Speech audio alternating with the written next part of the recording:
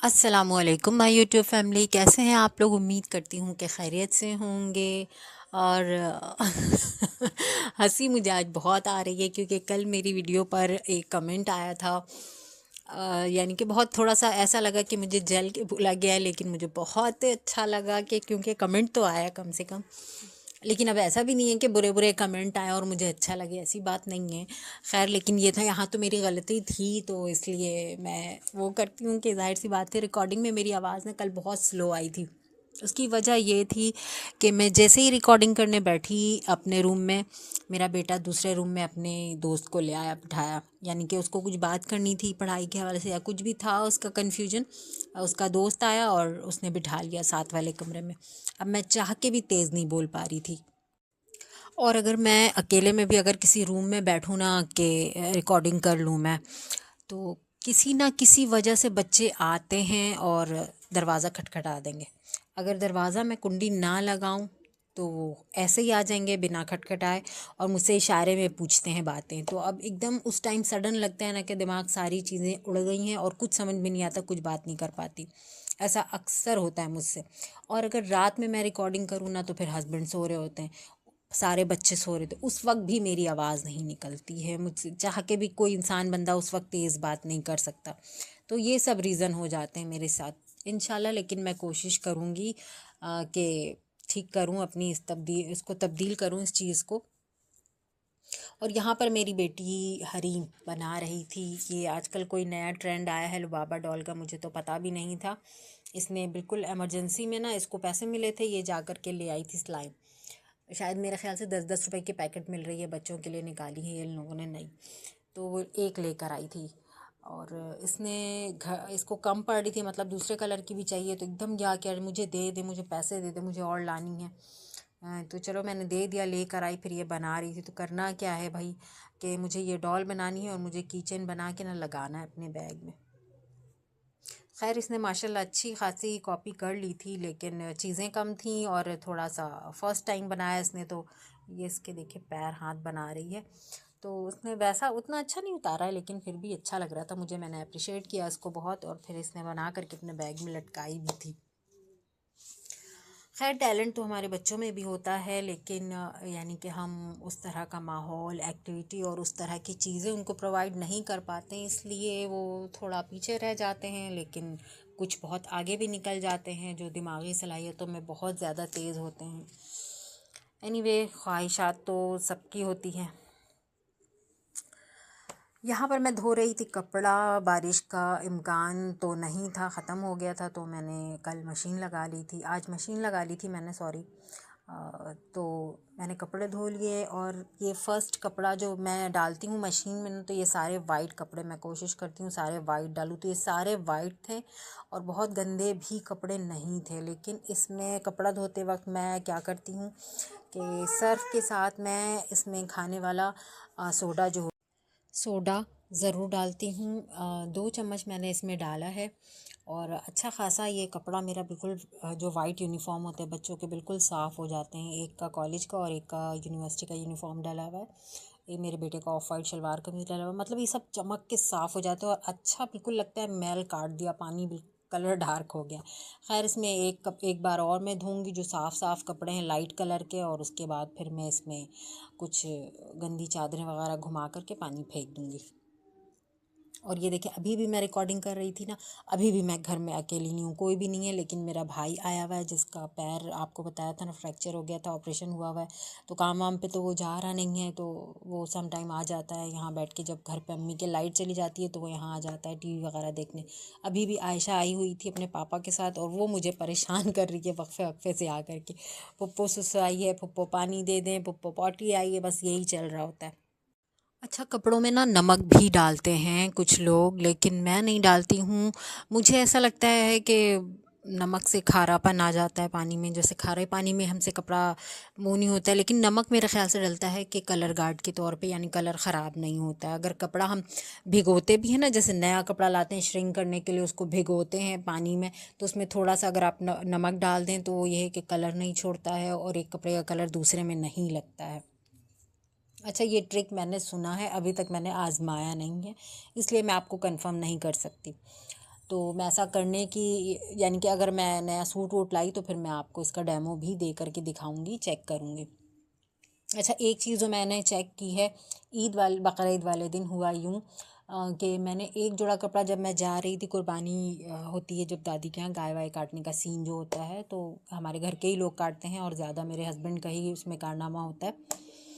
तो हम सुबह नमाज़ पढ़ने के बाद जब आते हैं, हस्बैंड चले जाते हैं, हम नाश्ता वहीं होता है। नाश्ता यूँ होता है वहाँ के वहाँ जल्दी के मारे सब कहते हैं कि जल्दी आ जाया करो, कम से कम पौन घंटे का रास्ता है, तो हमें जाना होता है, तो नाश्ते में टाइम लग जाएगा, इसलिए क्योंकि हम पहले नाश्ता वाश्ता करके जाया करते थे। तो फिर वहाँ से ख़बर आने लगी कि नहीं भाई, नाश्ते की तैयारी यहीं है, आप लोग जल्दी आया करें।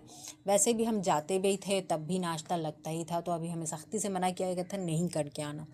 तो अच्छा, मैंने किया क्या कि एक जोड़ा तो मैं नया पहन के गई थी, जो मैंने सिला था, ये जो अभी डला हुआ है तार पर, ये भी जो ग्रीन शेड है और येलो लेस लगाई, मैंने नॉर्मल सिंपल सी लॉन बनाई थी।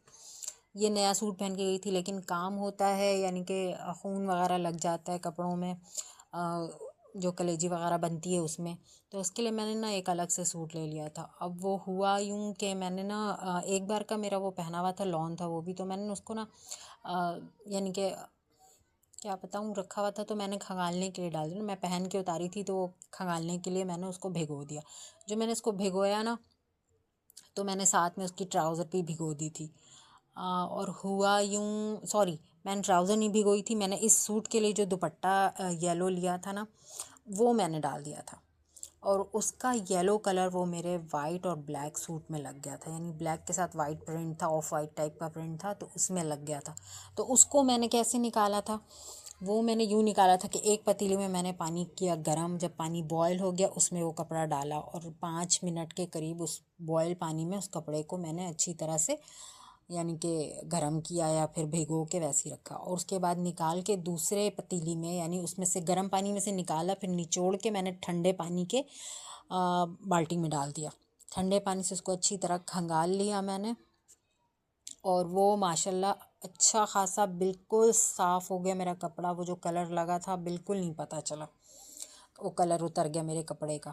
तो ये मैंने किया हुआ है, तो ये पक्का और कंफर्म है, तो ये चीज़ मैंने किया है ख़ुद, इसलिए मैं बता रही हूँ। तो ये कंफर्म है कि ऐसा होता है, तो मेरा निकल गया था। और अगर कुछ थोड़ा टफ़ दाग हो तो आप हल्का फुल्का सर्फ़ वगैरह लगा कर उसको ब्रश लगा लें, तो भी वो बेहतर हो जाता है, लेकिन मेरा निकल गया था तो मुझे ये ज़रूरत नहीं पड़ी। छत का मेरे हशर देख रहे हैं, कबाड़ खाना बना हुआ है, सारा कबाड़ यहीं रखा हुआ होता है, लकड़ियाँ वकड़ियाँ जो भी घर की बची हुई चीज़ें और ये सब। और एक बाइक भी ख़राब पड़ी है, बाइक की शायद कहानी मैंने बताई थी किसी वीडियो में, तो ये बाइक भी ऊपर पड़ी है। और ये मेरी शादी वाला ट्रंक है, इसमें फ़जूल के कपड़े पड़े हैं, वो भी ऊपर पड़े हैं। और ऊपर कबूतर उड़ाता है बेटा मेरा, तो उसका हशर नक्शा वैसे ही बिगड़ा रहता है। एक तख्त है छत के ऊपर जिस पे मेरे मियाँ आके रात को लेट जाते हैं, जब उनको बहुत गर्मी लगती है तो रात को इस तख्त पे लेट जाते हैं, उनको नींद अच्छी आ जाती है। लेकिन मैं आज तक, यानी कि 7-8 साल से ऊपर हो गए, मेरे ख्याल से 10 साल तक हो गए होंगे छत डले हुए हमारी, लेकिन मैं आज, खैर, तो ये काफ़ी सारे कपड़े धुल गए, काफ़ी जमा हो गए थे, क्योंकि बारिशों में जल्दी जल्दी सब ने उतारे थे कपड़े। और क्या कहते हैं, बेडशीट्स वगैरह में भी मुझे ऐसा नमी नमी लग रही थी, तो सारी धोई। पेंटें हैं कि रोज़ उतर रही थी, हस्बैंड की भी मेरी उतर रही थी, खूब सारी जमा हो गई थी, तो इसलिए जल्दी से धो लिया है मैंने कि दोबारा कब न जाने फिर से बारिश हो जाए। और खाने के लिए मैंने क्या किया था कि मैं आपको बताती हूँ। खाना चावल रखा हुआ था, एक प्लेट बचा हुआ फ्रिज में एक दिन पहले का, तो उसको मैंने दाल डाल के थोड़ा उसको गला लिया। और ये थोड़े सालन भी बचे थे कल के, तो बच्चे थोड़ा अवॉइड कर रहे हैं गोश्त का सालन, तो वो मैंने क्या किया, खिचड़ी में मिला दिया, और मिला करके उसको गला करके उसको घोट दिया। तो ये जैसे एक पतली खिचड़ी जैसी बन गई, या हलीम दलीम बोल रहे हैं उसको। और आखिर में फिर मैंने इसको तड़का दे दिया था। और ये मेरे सिंक के किनारों से ना पानी टपक रही थी, और नीचे जो पीछे मैंने दीवार के नीचे जो टाइल्स लगाई है ना, वो गंदी कर रही थी। वो बची हुई पहले की वाइट टाइल्स रखी हुई थी ना, तो वो मैंने दीवार में लगवा दी थी नीचे, के गंदगी ना हो, जो गंदा हो जाता है साइडों से, कि वो मैं धो लूँगी तो साफ़ हो जाएगा। तो ये बहुत ज़्यादा ही गंदगी कर रहा था, और बार बार मुझे धोना पड़ रहा था, क्योंकि गंदा लगता है, अच्छा नहीं लगता।